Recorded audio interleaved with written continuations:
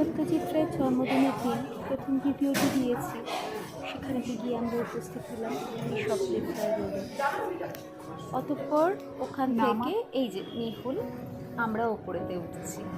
উঠে ওনার বাড়ির যে দ্বিতীয় তলা, সেই তলায় গিয়ে উপস্থিত হয়ে অপূর্ব সুন্দর এই গাছপালা দেখলাম। এত সুন্দর মহামনীষীদের ছবি রয়েছে, গাছগুলো এত সুন্দরভাবে সাজানো রয়েছে, এটা যে আমার কি অপূর্ব লেগেছে। নিচ থেকেও দেখতে পাওয়া যাচ্ছিল ওপরের ব্যালকনির গাছগুলো পুরো সবুজে মোড়ানো গোটা বাড়িটা। এটা সব থেকে বেশি পছন্দ আমার কাছে, আমি ভীষণ গাছপ্রেমী মানুষ। সুকুমার রায়ের ছবি। সন্দীপ রায় দেখলাম ওই ঘরেতে বসে রয়েছেন। আমি ওনার কাছে গিয়ে সই মালিকার সঙ্গে সৌমিত্র চট্টোপাধ্যায় সেখানে তিনি মেহুলকে সই করে দিয়েছেন। এটা একটা খুব আনন্দের জিনিস আমাদের কাছে, এটা সারা জীবনের একটা শ্রেষ্ঠ সম্পদ।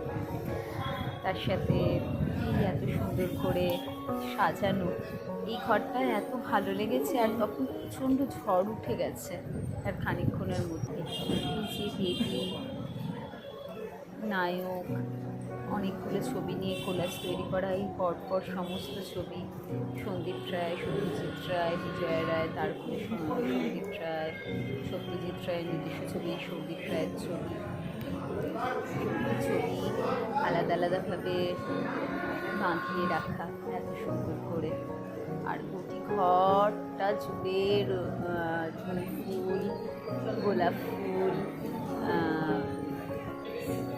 রজনীগন্ধা, প্রত্যেক ফুলের মধ্যে মোমো করছিল। আর ভর্তি বই, আর সঙ্গে প্রচুর প্লেয়ার, সেই সময়কার সেই সমস্ত ভিডিও প্লেয়ার সেগুলো ছিল।